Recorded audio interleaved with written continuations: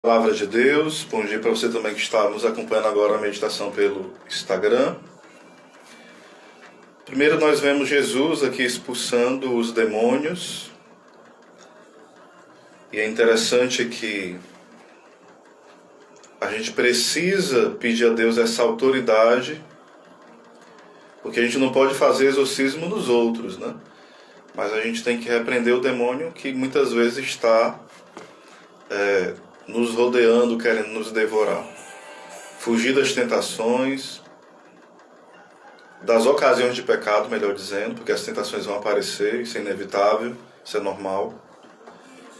E é uma vez sendo tentado que a gente vai vencer as tentações e crescer na virtude. Nós vemos um tempo onde está na moda dizer que o demônio não existe, né? E dizer que o demônio não existe é negar os evangelhos, é negar a vida dos santos, é negar a doutrina da igreja.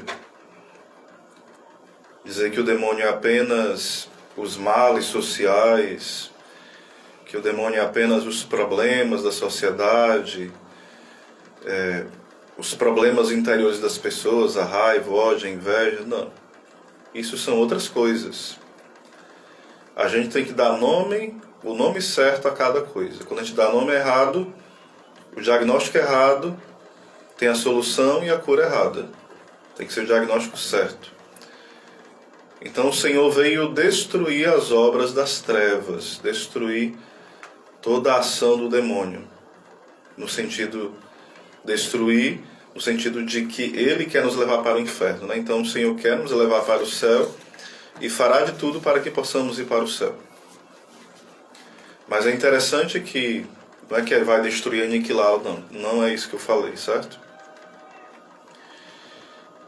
É interessante que após Jesus expulsar o demônio daquele homem, onde o demônio causava a mudez nele, ou seja, o demônio ele pode causar certas doenças estranhas. Ele pode. Hoje, alguns ditos teólogos dizem que algumas coisas de fato não eram demônios, eram apenas doenças, e naquele tempo não se sabia ao certo, então chamavam de demônios. Isso negando aquilo que está claro e explícito no Evangelho. Ficou até redundante, né? Então essa pessoa é liberta do demônio e começam a acusar de Jesus de estar expulsando os demônios pelo poder do Beelzebul, do príncipe dos demônios. Esse nome era dado também para, como se fosse, existia um local onde tinha um grande lixão, né, onde tinha muitas moscas, podridões, e esse Beelzebul era como se fosse ali o chefe da podridão. Então, aí é uma analogia, porque o demônio é como se fosse, no caso o diabo, Satanás, né, como se fosse o chefe da podridão do inferno, né? E começam a acusar Jesus disso. Isso tem a falar muito para nós. Às vezes a gente recebe uma cura do Senhor, uma libertação, ou até mesmo um anúncio da palavra, e no lugar da gente se converter, a gente se revolta depois contra Deus. Tem pessoas que recebem inúmeras graças de Deus, mas no lugar de serem pessoas convertidas, são revoltadas. Então a gente precisa acordar para isso. Eu estou me revoltando contra Deus, ou eu estou acolhendo a graça de Deus? Se revoltar contra Deus é se revoltar contra a sua lei. Eu não concordo não, isso aqui não era para ser pecado não, isso aqui, mó paia, não era para ser pecado não, se não fosse eu fazia direto. Talvez muitos pecados contra a castidade você acha que não deveria ser pecado. Ou então em relação ao furto, né, de pessoa. O que tem eu pegar isso aqui? Tal político rouba muito mais, o Estado, o governo, no geral, está roubando pelos impostos, então eu vou pegar, não tem problema não, eu posso pegar esse dinheiro. E a gente vai dando desculpa para a nossa safadeza, para o nosso pecado. Tipo assim, o outro está indo para a perdição eterna, está indo para o inferno, eu quero ir junto, caminhando com ele. E vamos colocando desculpa, né? Desculpa todo dia para a gente pecar. Olha, no dia do nosso juízo particular não vai ter desculpa. Ah, mas foi porque o Joaquim, o fulaninho, a Mariazinha fez. Não. É você e Deus no juízo particular. Não vai ter a Joaninha, a Francisquinha, qualquer outro lá para você culpar, não. É você e Deus, a sua consciência e Deus. Então a gente precisa estar atento, porque às vezes a gente se revolta contra a lei de Deus, contra a vontade dele na nossa vida. E impressionante também que nós, geralmente,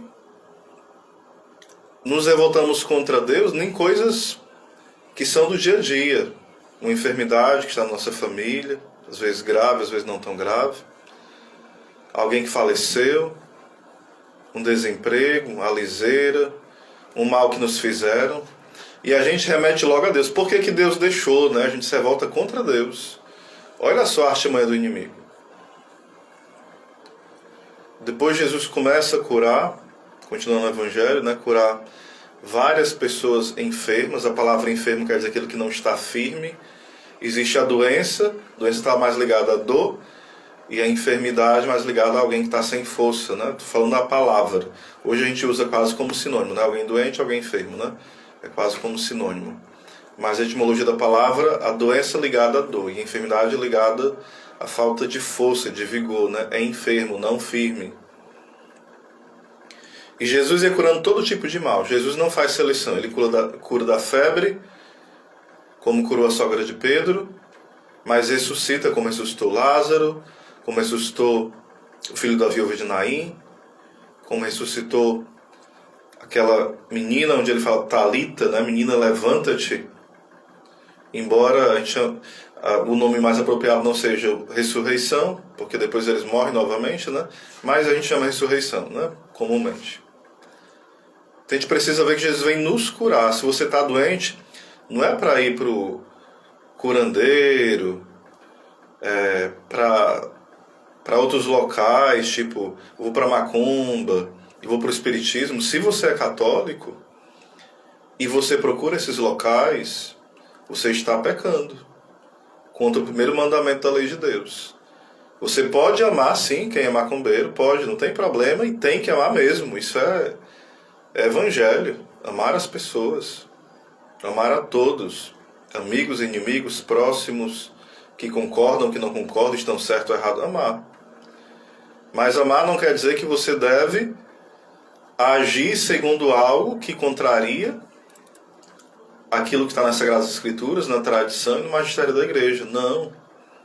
Hoje as pessoas, por exemplo, adoecem, aí vão para o culto protestante, vão para a missa de cura, que só chama, né? Vão para a macumba, vão para o espiritismo, para o curandeiro, e se tiver mais coisa ainda vai. A pessoa quer ser curada, custe o que custar, a qualquer preço. Como se a vida corporal tivesse um valor maior do que a vida eterna. Isso é uma burrice muito grande da nossa parte. Uma ingenuidade terrível, né? Que só vai nos levar à perdição. Continuando, vai falando que Jesus olha para aquela grande multidão, porque não falta quem sofre. A gente olha para o mundo hoje, a gente vê tanta gente doente, desempregada, que perdeu pessoas, e a gente que é pecador, fraco, miserável, não é santo, né? Tem compaixão. Imagina aquele que é o santo dos santos, aquele que tem um coração perfeito, cheio e pleno de misericórdia, né? O maior coração cheio de misericórdia que já existiu neste mundo. Então ele olha com compaixão porque aquele povo parece ovelha sem pastor. Será que hoje nós vivemos tempos assim? O pastor é aquele que direciona, que conduz, que dá o alimento. Será que hoje você que me acompanha, tem sentido essa falta? De pessoas que conduzam com clareza as coisas, que falem de forma clara. Hoje, infelizmente, estão querendo calar aqueles que falam a verdade, né? Então, quando a pessoa fala algo, não, ele é fariseu, ele é autoritário, ele tem discurso de ódio. Vamos calar porque uma pessoa dessa está nos tempos muito antigos, não se abriu ao novo. Não. A igreja de Cristo, ela se abre ao novo do Espírito, uma renovação. Não é um novo que a gente inventa, não, uma inovação, não. As inovações que ferem o Evangelho são diabólicas. Toda inovação que não está ligada ao magistério da igreja, à santa tradição, às sagradas escrituras, é diabólico. Veio para dividir, para confundir, para roubar a paz. Então tenhamos cuidado, meus irmãos. Seja da boca de quem que você ouviu, como fala São Paulo, né? Um outro evangelho que não seja o de Cristo. Tenha cuidado. Quando você ouvir uma pessoa com uma pregação muito liberal, tudo pode, porque Deus é amor, é um engano do demônio. Pois é, tudo é o demônio? Não, tem coisa que é a gente. Santa Teresa de Ávila fala que a gente se joga no inferno, quem não reza, né? Sem precisar da ajuda dos demônios. Quem não reza, se joga no inferno, sem precisar da ajuda dos demônios. Então a gente precisa ter essa alerta. Eu preciso viver a minha fé, estar atento para os lobos em pele de cordeiro. Quando você vê alguém aí mandando usar anticoncepcional à vontade, dizer que a gente tem que não aceitar aborto em alguns casos, liberar tudo sexualmente, fazer o que der na telha, o importante é ser feliz. Acenda a luzinha, que isso aí não é o evangelho. Não é a boa notícia, é a má notícia. A notícia que não vem do céu. Vem lá daquele local que você sabe de onde que vem, né? E todos os seus secretários. Louvado seja o nosso Senhor Jesus Cristo, para sempre seja louvado. Programa Boa Nova de